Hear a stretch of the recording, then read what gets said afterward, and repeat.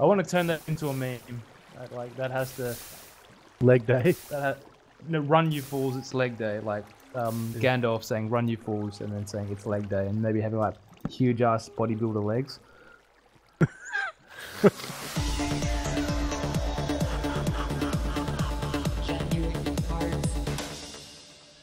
Hello there, guys, girls, gamers, everyone. It's me, Genuine Parts, and I promise you I'm the real Genuine Parts and not someone who killed him in his sleep and just pretends to be him. I'm scared. Today is the second episode of the Game Doesn't Matter podcast with FG Siller and Viz Diesel from Replay. Hello. Hello, ha.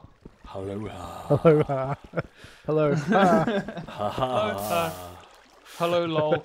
Hello? Hello? Hello. Hello? Great How start are to we? a podcast. Okay, well. yeah, that's Thank you. good. I'm just concentrating on not drowning and getting my stuff back. It's not easy. That sounds fair, man. being That sounds greasy. fair. I mean, That doesn't sound like the game does not matter, though. I'm just gonna say. yeah. Yeah, you know, He wasn't talking about the game. He's talking about in real life. I'm being a tryhard. No, real life could be a game too. Again. Ooh. Like those people that Yeah. were trying to figure out whether or not our existence was just a two-dimensional projection. Yeah, which Do you is read a about fair thing. Yeah. No, I didn't. I do Yeah. remember somebody at some point saying the world was flat, though. Yeah, that this was a bit me later on. yesterday. Flat Earth Society, GP, president Yeah. of. Yeah. Sure. I mean, Like No, and some subscribe. dudes. They were some physicists were trying to, because apparently there's nothing within the laws of yeah. physics that we have at the moment which precludes us from living in a two-dimensional world and just perceiving Okay. a third dimension that doesn't actually exist. Right. So We they were have doing some by- tests on it. It's interesting though, but we've defined what is essentially what we classify as the third dimension now, Well, that's what they're. and we speculating about. simulate that too, don't we? Mm. Well, yeah. Well, yes. Well, we do. I mean, that's the thing. Like, we're currently in the middle of a simulated third-dimensional experience in Well, this Wouldn't that Minecraft world. Wouldn't that be strange? A simulated third, simulating a 3D experience within a simulated 3D experience. Exactly, man. That's so That sounds meta. fabulous. Yeah. 3D-ception. Yeah. 3D-ception. Sound- 3D Sounds kind of similar to a game idea I had at one point, but let's not dwell on that. Game Somebody have a question? ideas. Did the game Yes. matter? And the game, never does. well, if the game mattered, I wouldn't be here wasting my time playing Oh, games instead okay. of making games. That's a fair when I say assumption. wasting, when I say wasting, I mean enjoying myself playing with you guys, and that's not sus yeah, of at course. all. Oh. No. It's very different to playing with yourself, enjoying us two guys. You know, Yeah. That's you got to make sure you well, get the words in the right order. Don't play with yourself. It makes Jesus cry. I have a little confession. Before I joined you guys on the podcast, I may have been doing the latter. Oh Oh wow. God. Oh wow. Best friends forever. Well, that's an interesting way to start a podcast right there. That's got to be said. Yep. Yes. Well, I mean, GP, as Yes. the host of this part, Okay. you've got to come up with the question this time. I gotta Oh, no. come up with a question. That's no fair. Oh. You know what else is not fair? Getting killed out front of your house. I'm just Yeah. stealing the question that you prepared, FG, if you don't mind. Okay. Um, I wouldn't know what possible question you're talking about. yeah, me Is it neither. About immersion? I tried. No. Hey, Not again, no. Let's talk about immersion in games. Come on. No. Yay. Is VR going to be a thing? Yes. That's I'm glad I listened. straight from the to mouth of FG. Wiz Diesel, that one. Oh, Yeah. crap! It's okay. I stole. No. It's fine. No, yeah, no, that- because It'll all be guess like sorted you out in guys, a lawsuit, man. Oh yeah, it's okay. Yeah, that's it. Yeah, the case of Genuine Parts v. we played this. With Steve. Yeah, FG could be my Who came up with representative. the He's got idea? some kind of degree in that field, I think. You need to start a GoFundMe for a lawyer. Yeah, that's right. Yeah, that's it. Yeah. We'll 70,000. just ride on the coattails of digital homicide. It'll be fine. Yeah. Yeah, and So I was going to just say my second lawsuit is onto Jim Sterling for being so damn entertaining. Suing him. Yeah. I invented entertainment. For insulting your religion, for saying thank God for me. Yes. Exactly. Wow. Yes, I guess like all of us, right? Sorry to interject again. We've been going on Steam over the week, yeah? Yeah. Yeah. Possibly. I've been noticing that my feature page has been littered with all this VR advertising and VR video games, and I can't seem to find a game which is not VR to purchase, which is new. And I've also noticed that VR headsets and stuff are really expensive, like all the variants and stuff. That it just doesn't seem to me like I know some people who are interested in buying and have invested, but I don't have that kind of money to throw around at that. Like, yeah. You poor scrap. Well, it's an interesting thing, I think. Like, I guess smarter people than us figure out the price points for these devices, and it's somewhere between maximizing profit. Well, it's always about maximizing profit, I guess, but also, it's not so much the numbers that they sell; it's the amount of money they can make from selling them, I guess. But it's got to be something that people are willing to pay, obviously, because otherwise you can't just make it a $1 million device because no one will buy it. So people are obviously going to be willing to pay that price according to their projections, which is interesting. I mean, what are we looking at for the HTC Vive at the moment? It's always on Steam. Yep. So I can only tell you in euros. Go for Yep, it. that's fine. It's 899 euros, so 900 euros essentially. That's pretty. 900. Yeah. That's a lot. That's a lot. That is a lot. Yeah, it's a lot. Yeah. It's basically like buying a new high-end PC on top of your high-end PC. Essentially, because you need a high-end PC to play with the Vive. So exactly. You're going to buy another PC, I guess. Time to take out that second loan on the house. I need some VR. time to sell a kidney. Well, have you heard about the Sony one? The way that the Sony VR headset works? No. I haven't, to be honest, I haven't paid a great deal of attention to the kind of technical side of it. I just know that it's kind of become a big deal. Well, it's the same as all of them. You know, they all have their perks and the pros and cons, but its retail price is $300 US, but that's for the headset alone. You still need to buy motion controllers, a tracker camera for your PlayStation and stuff, and the total comes to about $800 US. Wow! Yeah, and also you need a PlayStation, right? Yes, that too. Yeah. Well, but I remember reading somewhere about that the reason why they've used that model to sell it, and rather than selling everything you need in one hit, is because some people have them. Well, not just that. It's that they didn't believe that selling something that was worth twice the price of the console as a accessory to the console was ever going to work. They went out there and said you have to pay $800 for this accessory. People would be like, but I only paid $500 for the console in the first place. Yeah. So as a result, they've broken it down to little parts. And will I guess remain to be seen whether or not that actually works for them.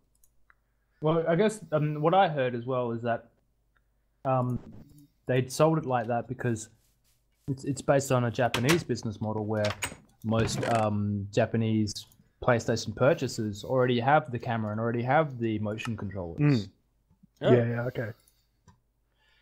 Well, that makes sense as well. I mean, there's so many different variations on the console that you can buy, I suppose, that they can't really necessarily sell a one-size-fits-all sort of package.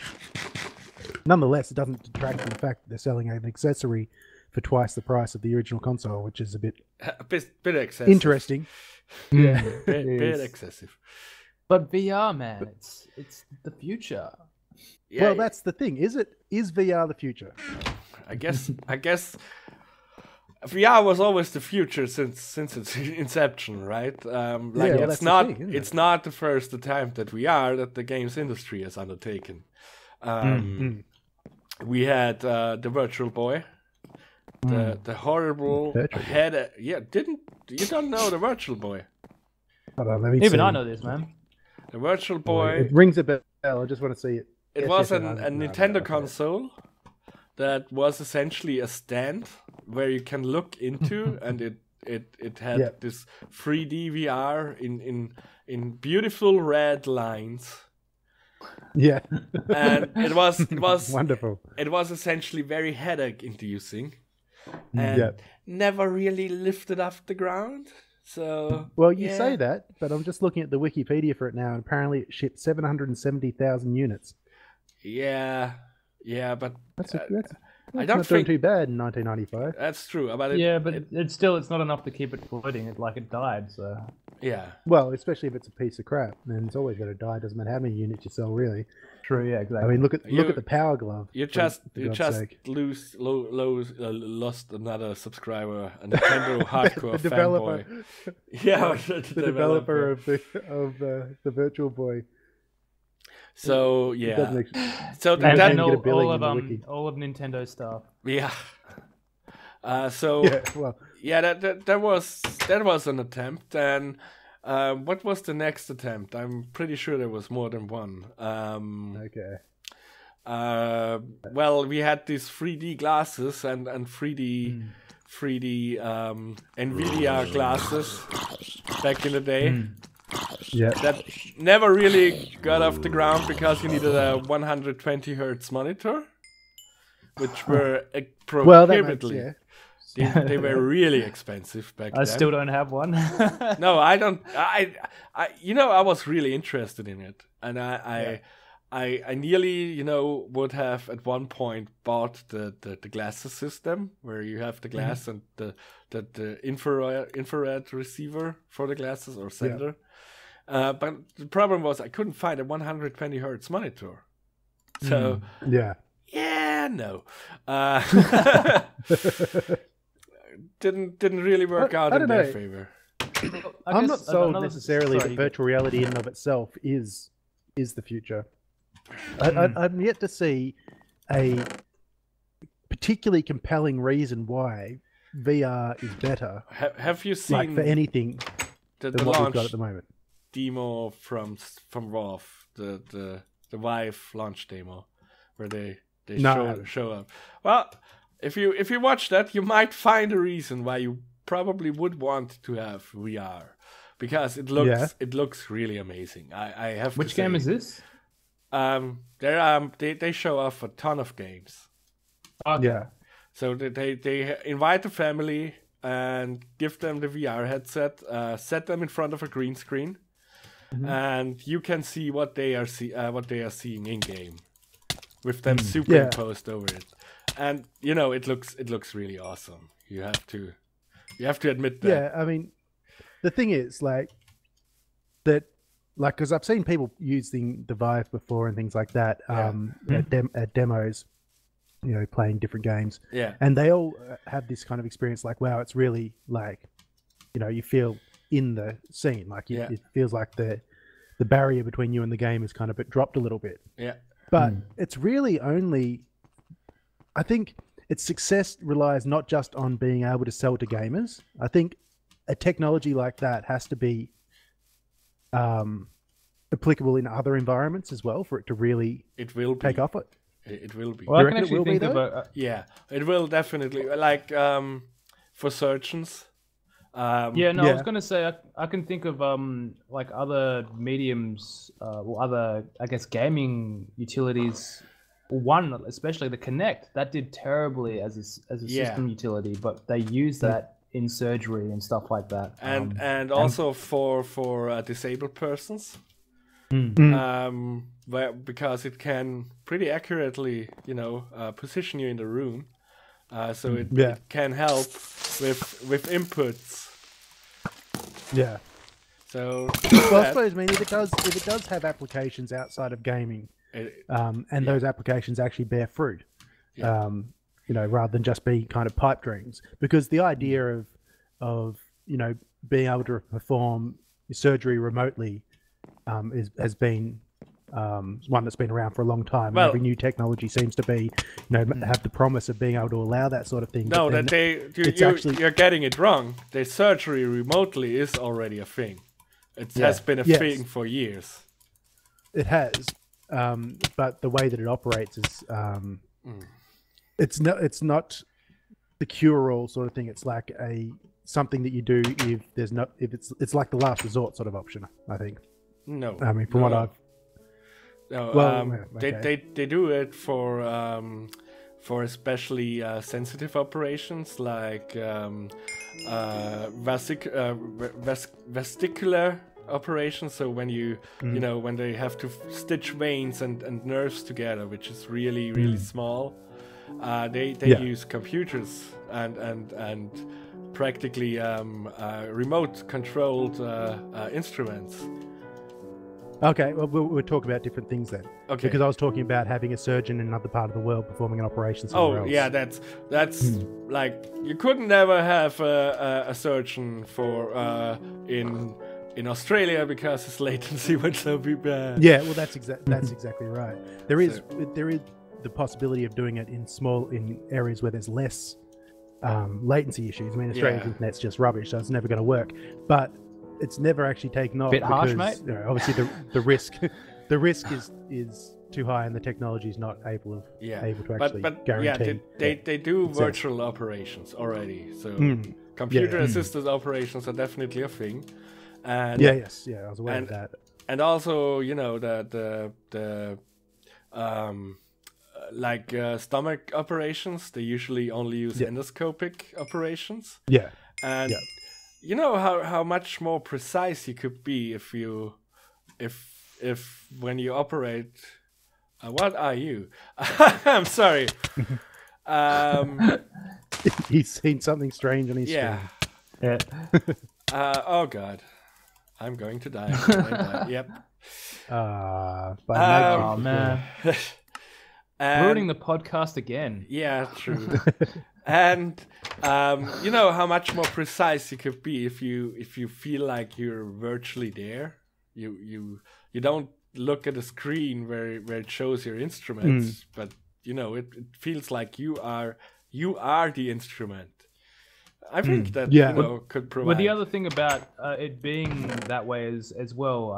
I'm going to relate this to something I do because I do a lot of visual effects, compositing and stuff.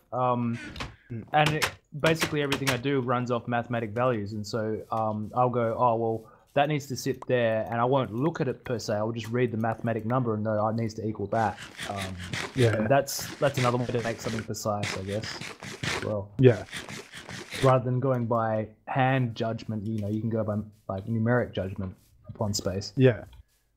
Well, that's right. But I mean, isn't that like just kind of the opposite of what we're talking about? Because I mean, of making VR somehow better, because there we've got a complete abstraction away from what you're actually working on, where it becomes literally just numbers on a screen that changes the outcome, versus the opposite really, where barriers are being removed through VR and allowing you to directly manipulate a value as a physical thing, so to speak, in front of you.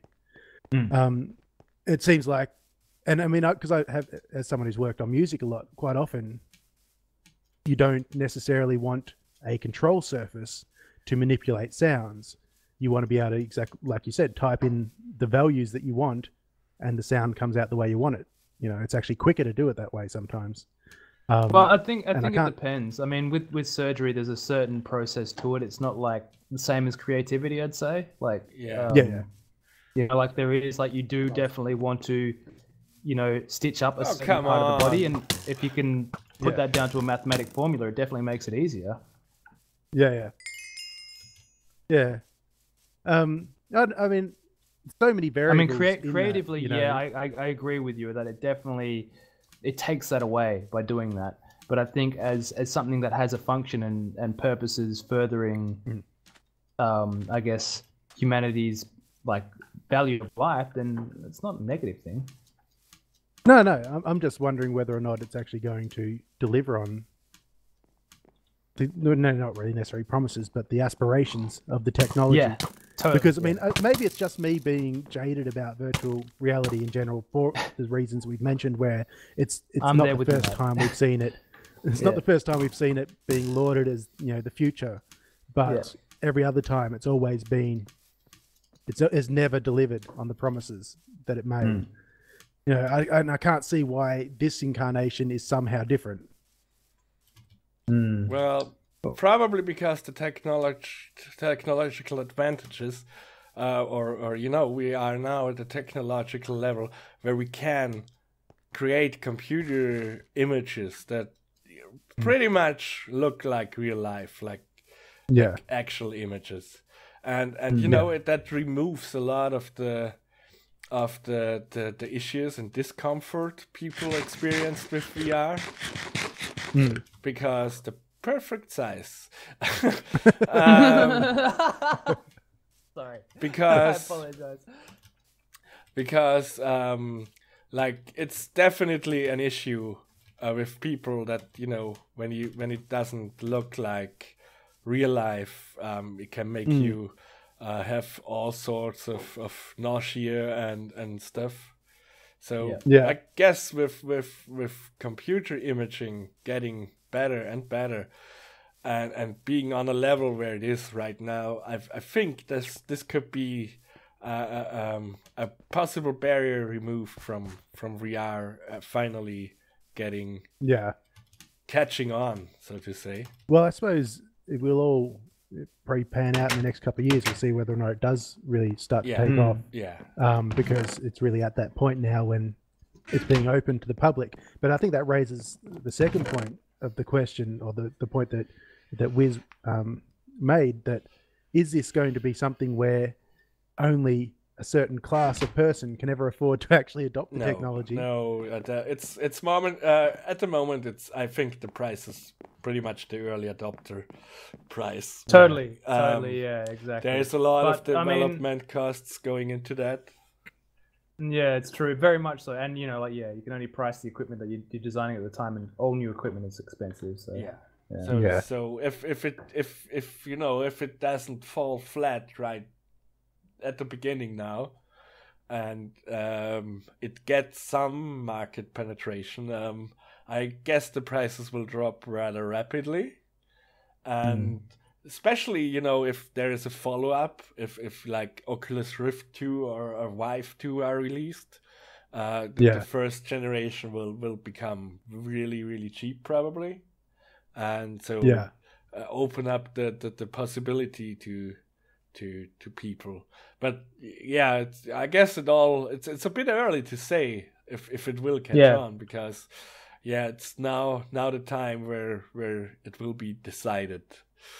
Well, I mean, there's one thing we can say for it is that the one thing we can say for it is that major companies, like some of the biggest companies in gaming in particular, are 100% on board with it. Facebook, which is, I don't think you could ever say that about past incarnations of VR, that it was never, whilst it was something that was developed by big companies like Nintendo and so on, it was never like they actually were pinning all their hopes on it. Yeah, also it was never like open, like they never, it was not an interoperable standard. Nintendo just did it for their own console, and Nvidia excluded every AMD customer, and you had to own all this not expensive but obscure hardware that was really hard to get, and so and this time, like, everything works together. You can play the VR games with Oculus Rift and HTC Vive, and it's guess that's a major plus point too. But in the end, I guess it all comes down to the consumers. Are there enough people willing to shell out 900 big ones for the experience of VR, to be an early adopter? And I have to say, if I had the money, I definitely would be willing to drop it on it. That's definitely one thing, but I guess the other thing is, I mean, yeah, like you say, people will say it's good and stuff, but how much of that is like, because this is like the pre-public release, how much of that is true and how much of that is paid? Because I mean, I remember Google Glass being a thing at one point, and then it just disappeared. Well, but Google Glass disappeared not because there was no adoption. Like Google Glass had good adoption, but it had faults and issues, and Google pulled it. And if you look at like true. How many posts there was about glass holes, I guess Google wasn't the problem. Wasn't the adoption? The problem was to deliver on their promises for what the device can do in the future. So guess that was their failing. I guess that's the same for this though, isn't it as well? Well, to some degree, yeah. To some degree, certainly. But on the other hand, it's not like Oculus Rift hasn't like 2 developer units. Oh yeah. That were out. As well. Yeah, and like they were out for quite some time now. Like there's tons of YouTubers who already have VR content up since 2 years when they first tried the Oculus. So guess it's not entirely a new thing. If they failed completely, it would have already happened. Totally, and like you say, you know, it's been out for a while, and they've got enough investors to keep it afloat and keep fixing these things. You know? Yeah, especially with like, I mean, Sony definitely has the resources. I don't know if Sony has the interest of fixing it. Yeah. Because Sony has the it didn't work, let's not fix it, let's just do the next big thing. What was it called, the PSP, and it's the Vita, like Sony just stopped acknowledging them completely. But they're not as at fault as, let's say, Microsoft, for example, which does that like every day of their life. Which I'm very glad that Microsoft has no VR solution at the moment. At the moment, they have the HoloLens. Wait for the HoloLens. Yeah. Wait for the HoloLens. Yeah. But which, to be honest, of all the technologies I've seen, if they actually manage to make it work as they want it to work, that's the one that interests me the most, to be honest. But true. I don't trust that they'll actually get the results that they're seeking. No. Probably not. Yeah. Anyways, time will tell. That's exactly right.